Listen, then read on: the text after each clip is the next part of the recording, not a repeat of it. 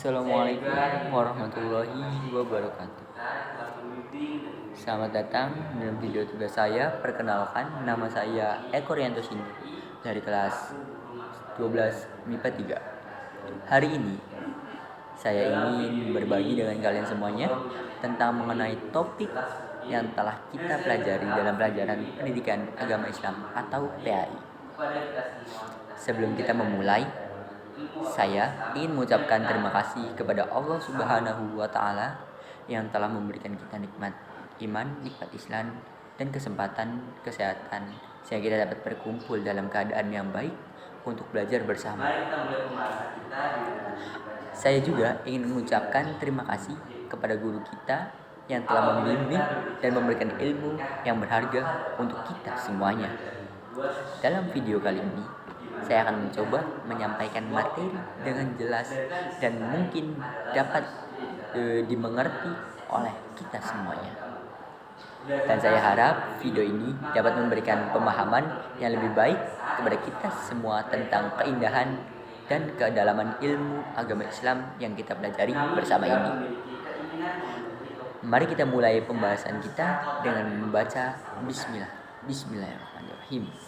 Apabila kita berbicara tentang pernikahan, maka dapatlah kita memandangnya dari dua sisi, di mana pernikahan merupakan sebuah perintah agama, sedangkan di sisi lain adalah satu-satunya jalan penyaluran seks yang disahkan oleh agama, terutama agama Islam tersebut. Berdasarkan sudut pandang ini, maka ketika orang melakukan pernikahan pada saat bersamaan, mereka bukan saja memiliki keinginan untuk melakukan perintah agama, namun juga memiliki keinginan untuk memenuhi kebutuhan biologisnya yang secara kodrat memang harus disalurkan. Sebagaimana kebutuhan lainnya dalam kehidupan ini, kebutuhan biologis sebenarnya juga harus dipenuhi. Agama Islam telah menetapkan bahwa satu-satunya jalan untuk memenuhi kebutuhan biologis manusia adalah hanya dengan pernikahan.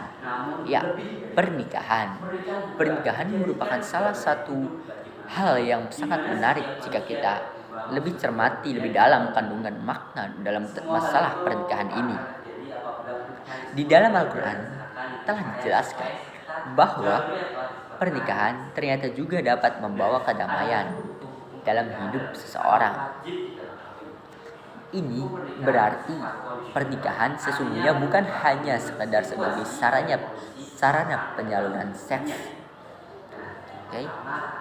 Namun lebih dari itu, pernikahan juga menjanjikan perdamaian hidup bagi manusia, di mana setiap manusia dapat membangun surga dunia di dalamnya. Semua hal itu akan terjadi apabila pernikahan tersebut benar-benar dilaksanakan dengan cara yang telah sesuai di dalam agama Islam. Yang kedua, hukum pernikahan dalam Islam. Hukum pernikahan bersifat kondisional, artinya berubah menurut situasi dan kondisi seseorang dan lingkungannya. Yang pertama itu wajib. Bagi yang sudah mampu kawin, nafsunya yang telah mendesak dan takutnya terjerumus dalam perzinahan. Dari Ibnu Mas'ud, Rasulullah Shallallahu Alaihi Wasallam bersabda, "Hai golongan pemuda, jika di antara kamu ada yang mampu kawin, hendaklah ia kawin, karena nanti matanya akan lebih terjaga dan kemaluannya akan lebih terpelihara.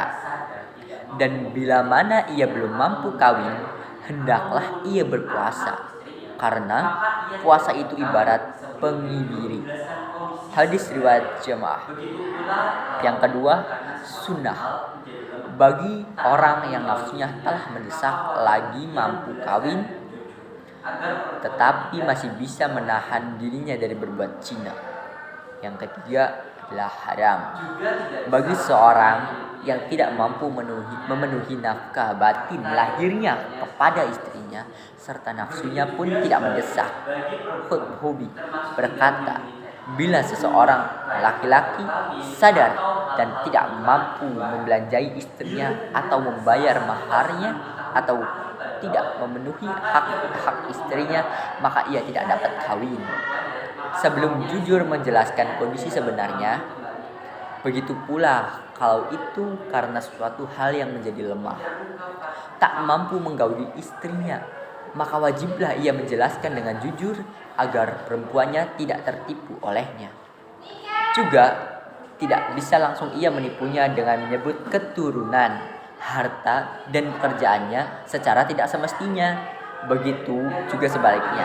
Bagi perempuan, termasuk tidak menyembunyikan cacat tubuh, kelainan pada alat kelamin, atau hal penyimpangan kejiwaan. Bila ternyata salah satu pasangan mengetahui aib pada lawannya, maka ia berhak untuk membatalkan. Jika yang aib itu perempuannya, maka suaminya bisa membatalkannya dan dapat mengambil kembali maharnya. Yang keempat adalah makruh. Bagi seseorang yang lemah syahwatnya dan tidak mampu membelanjakan istrinya, walaupun tidak merugikan istrinya, karena ia tidak memiliki keinginan syahwat yang kuat. Yang kelima adalah mubah. Bagi laki-laki yang tidak terdesak oleh alasan-alasan yang mewajibkan segera kawin atau karena alasan yang mengharamkan untuk kawin, rukun nikah, adanya laki-laki dan perempuan, adanya wali dan 2 orang saksi laki-laki, ijab kabul atau akad nikah. Syarat-syarat nikah adalah laki-laki baligh, berakal, tidak dalam ihram, dan merdeka.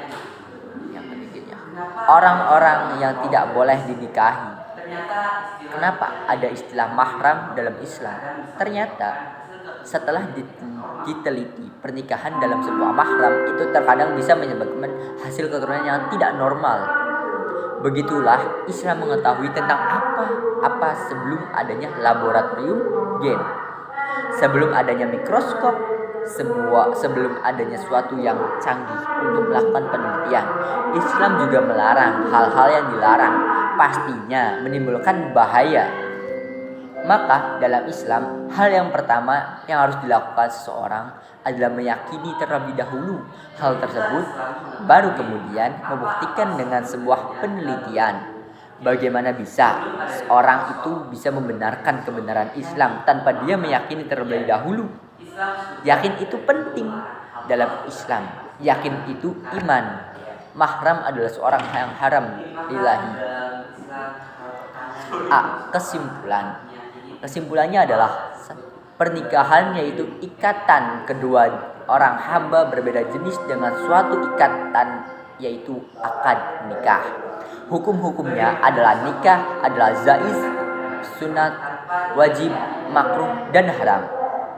Di antara rukun-rukun nikah adalah mempelai laki-laki, mempelai perempuan, wali, 2 orang saksi, dan sihat. Tujuan adanya pernikahan adalah ternyata sangat banyak ditinjau dari berbagai sisi. Ada hikmahnya. Hikmah dari pernikahan adalah pernikahan yang sah menjadikan hubungan antara seorang laki-laki dan perempuan yang bukan muhrim menjadi halal. Pernikahan menjadi sah dengan rukunnya dan syarat nikah. Mungkin cukup sekian penjelasan saya tentang materi bab 1 tentang pernikahan dalam pelajaran agama Islam tersebut. Kurang lebihnya mohon maaf. Bila ada tutur kata yang salah mohon dimaafkan. Saya akhiri pertemuan kali ini. Wabillahi taufiq wal hidayah. Wassalamualaikum warahmatullahi wabarakatuh.